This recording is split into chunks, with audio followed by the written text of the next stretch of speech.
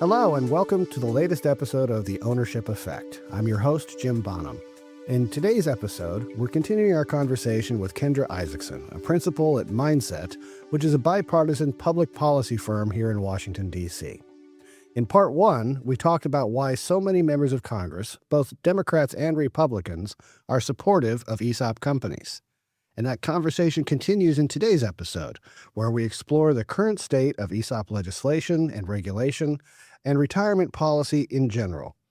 We also dive into why it's becoming so hard for younger generations to save for retirement and why working at an ESOP can help young families build long-term financial security.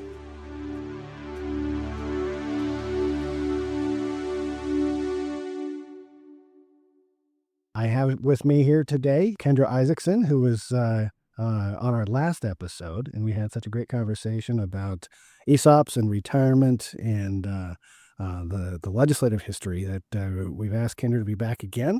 So now, Kendra, you've done quite a bit of work in the Congress over in the Senate Health, Education, Labor, and Pensions Committee on several bills.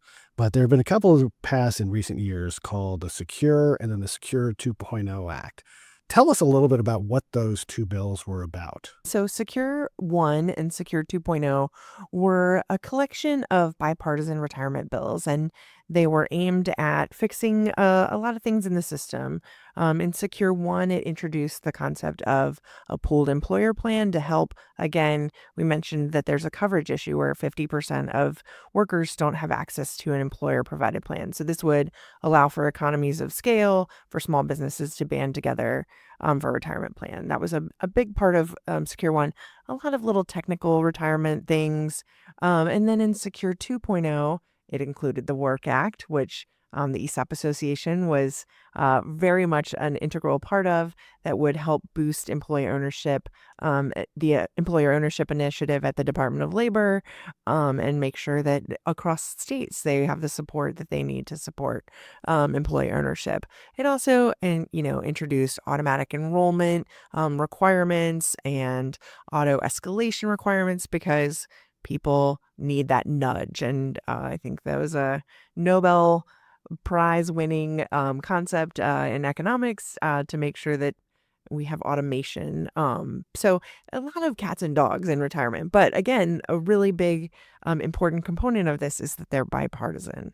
And retirement, everyone wants to retire. So that common goal keeps Congress working together, which is quite lovely in such a partisan environment right now. Most good policy has a certain element of danger to it for policymakers, meaning, if you mess around with it, voters really pay attention to it. And I think retirement policy is one of those. We jokingly call it don't touch the third rail. And I think retirement policy is one of those areas where elected leaders are very, very cautious about making changes. Now, what's interesting about that is that anytime you want to make a change to ERISA, that does bring out a real specter of, well, we can't change ERISA for this thing, even though it might be really warranted, or we'll have to change it for all these other plans too. And have you ever encountered that as a staff member? Well, usually when you're the ERISA staffer, people's eyes just glaze over when you start talking. No one really ever wants to talk ERISA because of its, complicated. And here we are on our second episode talking about ERISA. There are a lot of competing priorities right now. And I think it's a matter of, well, if you touch this, then this is also equally important. We need to do this as well. And whether there's enough support to be able to do competing priorities that really are unrelated. That is a challenge, I think, often on the Hill. And that's not just unique to retirement, though. It causes a lot of the action paralysis, I think, when you're on the Hill. If we can't fix this because I think ACA subsidies right now are a great example. Like, we can't extend the subsidies because we want to fix this whole system, but we don't have an answer yet. Right. Yeah. Right. So why is Congress becoming increasingly focused and interested in retirement security?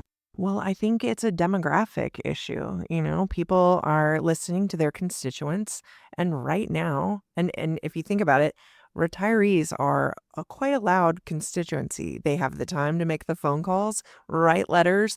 We certainly had a lot of active retirees when I was working on the Hill. So, and also they're just a huge cohort right now of constituencies. So, they are the biggest, generation right now, I think, or the biggest generation ever, and since they are retiring in record numbers, it's a really hugely important topic right now. There's so much focus on the economy, and affordability, and for retirees, the slightest, change makes a huge difference for their kitchen table economics. It's hard to do things that fix the situation immediately for this generation of retirees, but there are policies with respect to employee ownership. You can address some of today's issues right now. A lot of the retirement policy is sort of generations removed, but with employee ownership, you're dealing with succession in companies that are owned by baby boomers who are ready to leave the workforce. I think you said in the last episode that there's something like 10,000 people retiring a day. Yeah. And that's just a mind-boggling number to get your head around.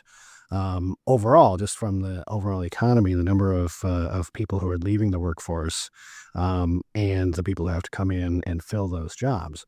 But for business owners, something like 3 million current businesses are owned by baby boomers who are set to retire within 10 years. And 65% of them have no succession plan, meaning they don't know what they're going to do with their business when they retire, even though it may be probably one of their largest assets. And they really only have, 3 or maybe 4 options. The worst option is they just close the business down. And we see that happen with small businesses around the country all the time. They either they don't have kids or the kids don't want to take over and run the business. So they just close the doors. They sell off whatever minimal assets it may have, and the business doesn't exist anymore. They can sell the business to either a strategic buyer or maybe a competitor. There used to be, maybe there were 2 tire stores in your hometown, and one decides, well, we're going to retire, so we'll sell to the other one. Then they both operate with the same name, but you get some consolidation there, and some of the jobs will inevitably go away. Or they can, they try to leave it to a family member who then takes it over to a new generation. But sort of the fourth option is forming an ESOP, and it's one of those things that doesn't necessarily happen overnight. And it requires a lot of investigation by the business owner to really make sure this is something that makes sense for me, as well as the employees, and it's a good fit for our culture. But what's really terrific about ESOPs is how they keep the jobs local and how it transfers a wealth-producing asset from an individual to being a wealth-producing asset for a large number of people. And that's one of the secondary public policy aspects that ESOPs are trying to solve is, we have a tremendous accumulation of wealth among a very small number of people in this country. And ESOPs, both as a retirement plan, but also as a matter of fiscal policy, or economic policy, distributes wealth-producing assets through a purchase to a larger number of people, which is something that doesn't happen a lot anymore. So you've been around Congress for a while, and we have a tendency in our country to really focus more on kind of the ideological battles than the policy battles. You said something just a minute ago that I thought was really interesting about how retirement policy is really about future generations, not the current generation. So when Congress is discussing retirement policy now, who are they really discussing it for? Who are the beneficiaries of the plans that they're making now? I think it depends on what specifically you're talking about. But for employee ownership, I think they're thinking about a current generation and, the millennials and Gen X, where they've been on the cusp for a little while of taking over, and waiting for baby boomers to retire, which I think some have said maybe they aren't retiring quick enough, or quickly enough. But so I think ESOPs and employee ownership presents a unique opportunity to deal with a very current pressing issue now. But retirement policy, when you're talking about things like auto enrollment and coverage, that is really something that you need the compound building over the career in order to build the wealth, because that doesn't solve anything for a 59-year-old who's about to retire in a few years. Right. So and what I'm getting at here is that one of the conversations that we hear a lot in our ESOP companies is with, the 20 something or even into their early 30s. They're like, don't talk to me about a retirement plan. I can't even pay. I've got student loans. I can't afford to buy a house. The thought of retirement right now is foreign to me. Just give me the money. Right. But it's important to really understand that, in order to have secure retirement, you need to start early. And this is, in many ways, this retirement policy opportunity is about younger generations. So what would you say to younger people who are really frustrated with their economic circumstances and the possibility that Congress and the White House could be taking steps to encourage more ESOP formation for the future? This is something I feel like is my passion project about sort of developing financial literacy in younger people. It was important in my own journey of like becoming an ERISA attorney, because my dad didn't prepare for retirement at all, which is why I think I was very obsessed with doing it. And when I was on the Hill, it's about meeting people where they are, I think, is really the most important part of this policy, because as we were, have been discussing in the past episode, it's this very arcane law where you've got a mix of tax code and you've got labor code, and it's very confusing, and people are like, ugh, and it is not that immediate satisfaction of like, here, I get my check right now and I can go spend it. But that eighth wonder of the world, compound growth, you start showing people like, if you can invest in this today, this is what you're going to have at retirement. And just really explaining employee ownership in a way that is meaningful to today's worker. Like, it is sometimes hard when you're in the thick of like, having children, getting married, trying to buy a house, like to think that far ahead. But I think if you can explain employee ownership as a sort of means for achieving those goals and how it will help you in your current life, I think that is the way to do it. What's interesting about, that family, that young family or the young worker who is like, listen, I can't afford my rent. Don't talk to me about a retirement plan. I think they are thinking about retirement plans in their more traditional sense, which is, okay, you're going to take a deduction out of my paycheck every month and you're going to put it into some plan that I can't touch until I'm like 65 or older. And sure, I understand there might be some tax benefits to that, but honestly, I don't have the extra income to put into that retirement plan. But ESOPs are very different from that because the employees don't actually put any of their payroll or any of their income into the plan. What they bring to the job is their contribution. And the longer they stay with the company and the more valuable they become to the company, the more shares get allocated to them over time. So it's one of those things that I don't think that younger workers really understand or may appreciate, that if we encourage more employee ownership, if we encourage more ESOPs, this is taking nothing away from your current paycheck. I like that way of thinking about it. So let's get back a little bit to this idea of the baby boomers retiring and the silver tsunami. What are the things that Congress can do to help encourage more formation of retirement plans? What are the shortcomings? What are the challenge spots? Well, I think the adequate consideration regulation that we've been waiting for 40 years? Is that 41 now. 41? I think that would go a long way in helping. We were teased at the end of the Biden administration where they proposed a regulation.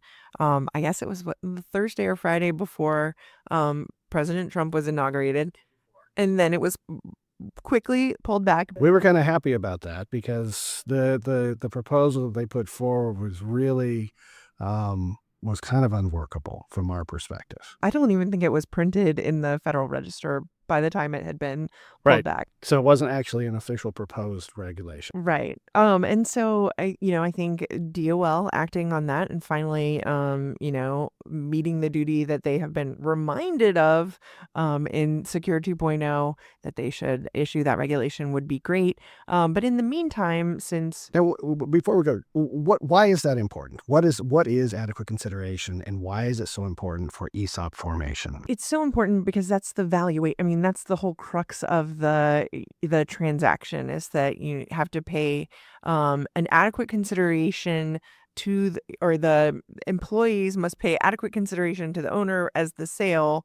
And this is something very unusual in ERISA because these are parties in interest. And so they are, that's a very technical term, but Let me see if I can do it in sort of Okay. layman's terms. okay. So that one of the biggest policy challenges for the formation of an ESOP is generally the person selling the business is the person who is arranging the transaction. So how do you create an arm's length transaction so that the seller isn't sitting on both sides of the table negotiating with themselves? Well, the way you do it is you have to have a trustee who represents the ESOP plan, and that trustee needs to be independent from the seller, and they have to negotiate with one another so that you reach a fair market value where a willing buyer, in this case the trustee, and a willing seller, without other undue forces, reach an agreed upon sales price. The Department of Labor has had 41 years to describe what this process should look like. Bureaucracy is known to be slow, but this is It's getting ridiculous. Now, the current administration seems they put out in their March regulatory notice that this is on the top of their list, and that they appreciate that it doesn't have to be an overly complicated regulation. And in many ways, it's actually a simplification of all of the case law and sort of the external advice that has been out there that's created a real guesswork for a lot of ESOP fiduciaries in doing their jobs of making sure they don't either overpay or underpay. Because that's the other part of adequate consideration, is that when you leave an ESOP company, you want to make sure that you're getting paid fair market value. So we have argued as the ESOP Association that we're sort of ambivalent about, we are ambivalent about the price. We just want a fair, reasonable, knowable process that a fiduciary can follow and have a reasonable confidence that they are not going to be second guessed through litigation, and it's just someone coming through just saying like, this doesn't feel right. We think you could have paid less. Well, it's, it's like getting an appraisal on a house. You can get 3 different appraisals and they're going to come back with 3 different prices. Well, and then the fiduciary obligation is really about the process too. It is not supposed to be, hindsight is 2020, and someone, several years later saying, oh, you could have done better, or that was a terrible deal, with all of the information at that time. But it's about the process and the information you have at the time you're making your decision. So those regulations would be incredibly helpful in guiding that process. Congress, namely 2 senators, Senator Marshall and Senator Kane, Republican and a Democrat, came together and they introduced legislation in the Senate that would allow a fiduciary, an ESOP trustee, to hire an independent valuation firm or appraiser that follows the IRS rules, which is IRS guidance 59-60. or Revenue Ruling 59-60 that describes, right, these are generally the appropriate ways to value a company. That if a fiduciary hires an independent appraiser and they follow 59-60, that they have fulfilled their good faith effort in valuing the stock. And that should help streamline and certainly reduce some of the complexity around forming an ESOP and running an ESOP. So that would be a good thing that Congress could do. It would be a great thing that Congress can do. And, this is one of those unique situations where it passed unanimously out of the Senate Help Committee earlier this year. It passed unanimously out of the House Education and Workforce Committee. And they don't usually do things on a bipartisan basis. And it passed out of there. So, and it has passed the Senate. So we are just waiting for House passage, and that will become law. And, it's pretty I'm going to knock on wood. I don't want it to mess up the microphone, but we're very hopeful that will pass. And again, this has brought together the most liberal members of Congress with the most conservative, and it really demonstrates that when there is a good common goal, and ESOPs are one of those that we can come together and work together, even in a really polarized environment where not much else is getting done. Well, I appreciate that. We may need to have you come back again to talk about some of the tax policies, because you are a bit of a tax expert. Maybe we can have another guest on as well, and we can talk about maybe some of the tax changes that can be made to further encourage employee ownership and ESOP specifically, as well as some of the dangerous ways that ESOP popularity could be leveraged for people who want to do things that aren't necessarily employee ownership. So, Kendra, I want to thank you again for coming on for a second time. It's always been fascinating. It's always great to talk to you about employee ownership and retirement policy. And I hope the viewers enjoyed it as well. Me too. Thank you for having me. Thanks for listening. As always, please remember to subscribe, like, and rate us on your favorite podcast player and our YouTube channel. We'll see you next time on The Ownership Effect.